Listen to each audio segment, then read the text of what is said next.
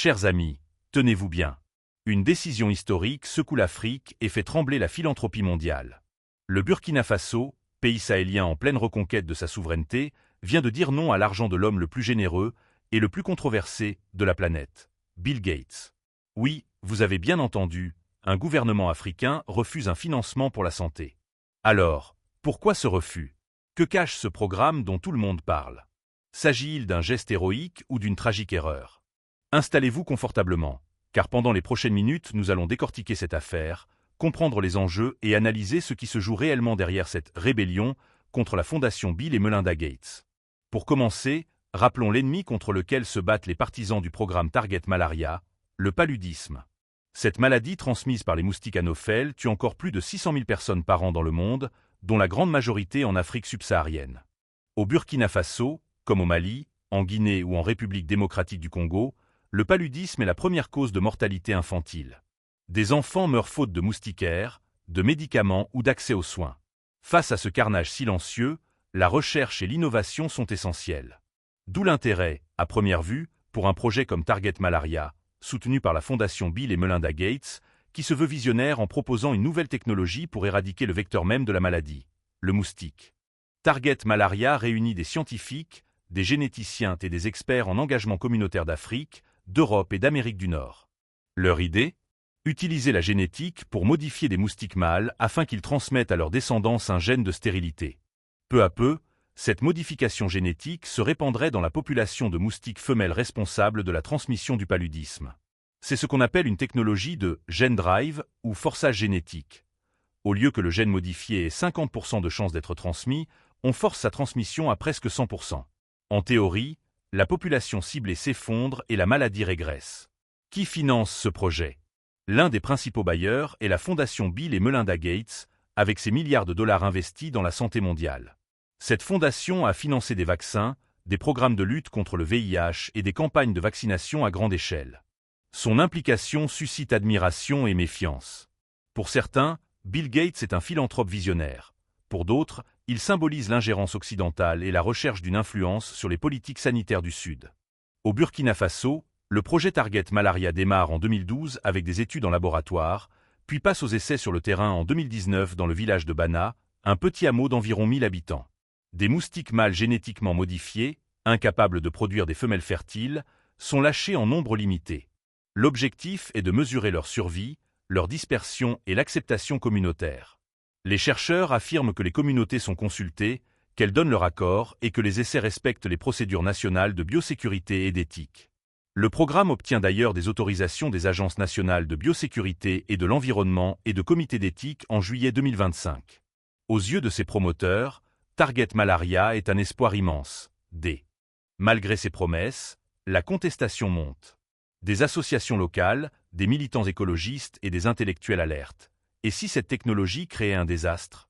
Comment mesurer l'impact d'une manipulation génétique sur un écosystème entier? Que se passerait-il si le gène se transmettait à d'autres espèces? Les critiques parlent d'une technologie hautement controversée et imprévisible, soulignant qu'éliminer une espèce nuisible pourrait déstabiliser des chaînes alimentaires entières. Certains vont plus loin et évoquent un néocolonialisme scientifique, affirmant que l'Afrique sert de laboratoire à des innovations conçues et financées en Europe et en Amérique. Des figures de la société civile comme Ali Tabsoba, porte-parole d'une coalition contre le projet, déclarent que cette technologie est dangereuse, que ses impacts sur la santé et l'environnement restent inconnus et potentiellement irréversibles. Les adversaires du projet reprochent également le manque de transparence, la difficulté d'accès aux données et la faiblesse des consultations communautaires. Selon eux, les populations locales ne sont pas toujours informées des risques ou n'osent pas s'opposer à un projet soutenu par des institutions puissantes. Ce climat de suspicion est alimenté par des rumeurs sur les intentions des philanthropes occidentaux. Certains craignent une tentative de contrôle démographique, d'autres évoquent des intérêts militaires cachés. Il est essentiel de rappeler que ces inquiétudes ne sont pas toujours fondées sur des preuves, mais elles reflètent un sentiment profond de méfiance né de décennies d'ingérence et d'expérimentation médicale en Afrique. Dans ce contexte de débat houleux, le 24 août 2025, le coup de tonnerre survient.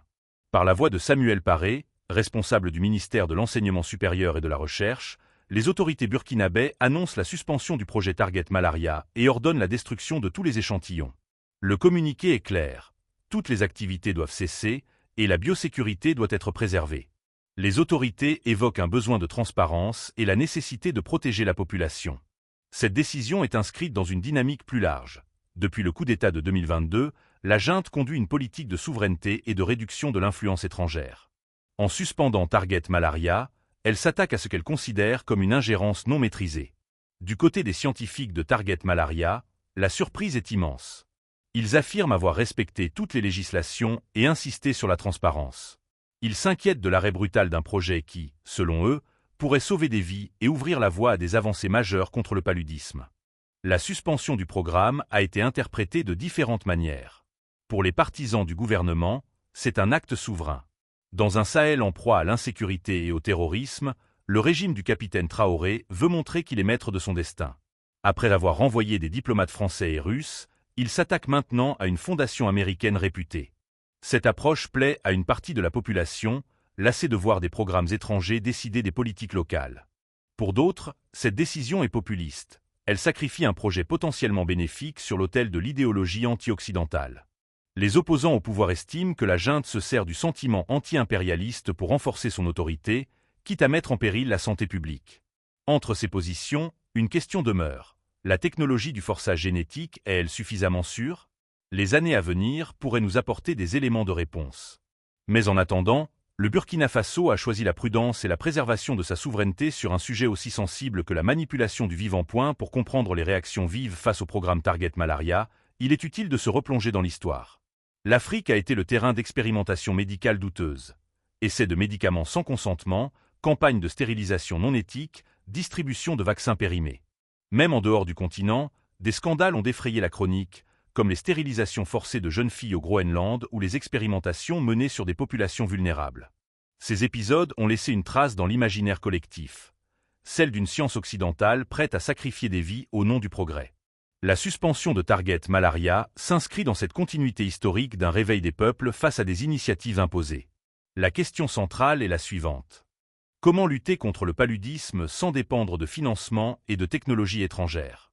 De nombreuses pistes existent. Certaines équipes africaines travaillent sur des vaccins adaptés au contexte local, des moustiquaires imprégnés durables ou des méthodes de lutte biologique contre les moustiques.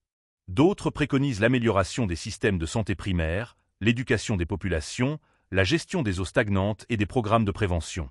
Si la technologie de GenDrive soulève des espoirs, elle n'est pas la seule option.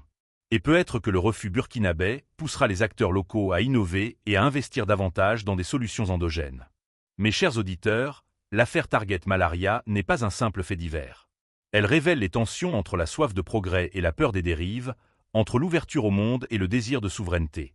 Les moustiques génétiquement modifiés sont-ils la clé pour éradiquer le paludisme ou un danger imprévisible? Bill Gates est-il un philanthrope sincère ou un faiseur de rois? Le Burkina Faso est-il un précurseur courageux ou un pays qui prend un risque inconsidéré? Une chose est sûre, nous ne pouvons plus accepter passivement ce qui nous est proposé. L'Afrique doit être actrice de ses choix, informée et vigilante. Partagez vos avis et restons mobilisés pour que la science serve l'humanité et non l'inverse.